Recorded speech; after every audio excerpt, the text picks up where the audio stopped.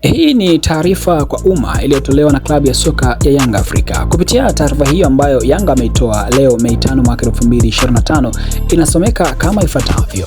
Uongozi wa Young African Sports Club unapenda kutaarifu umma kuwa umepokea majibu kutoka Mahakama ya Kimataifa ya Usuluhishi wa Michezo CAS kuhusu kesi yetu namba CAS 2025/A/11298.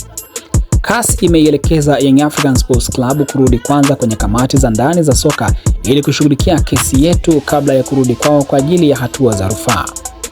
Lakini kutokana na uonevu, uvunjwaji mkubwa wa kanuni na upendeleo wa dhahiri kwa baadhi ya timu unaoendelea kufanywa na mamlaka za soka Tanzania, uongozi wa Young African Sports Club hauna imani na hauko tayari kupeleka shauri hilo kwenye mamlaka ambazo zinatenda dhuluma. Taarifa hiyo inaendelea kueleza kwamba aidha, uongozi wa Young African Sports Club unapenda kujulisha umma kuwa msimamo wa klabu yetu juu ya mchezo namba 184 wa ligi kuu msimu huu uko pale pale, kuwa hatutashiriki kwenye mchezo huo kwa namna yoyote ile.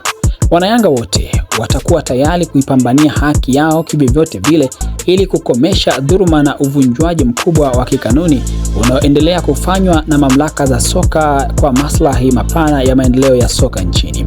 Taarifa hii imetolewa na kamati ya utendaji Young African Sports Club. Kwa taarifa hii ambayo Yanga ametoa, ni dhahiri kwamba wamedhamiria kwenye jambo hilo. Je, unafikiri ni hatua gani zaidi zinapaswa kufuatwa au nini kinaweza kutokea endapo Yanga wataendelea kubaki na msimamo hao kama huu? Hii ni Travo TV. Mimi ni Mbushi Kwelasa.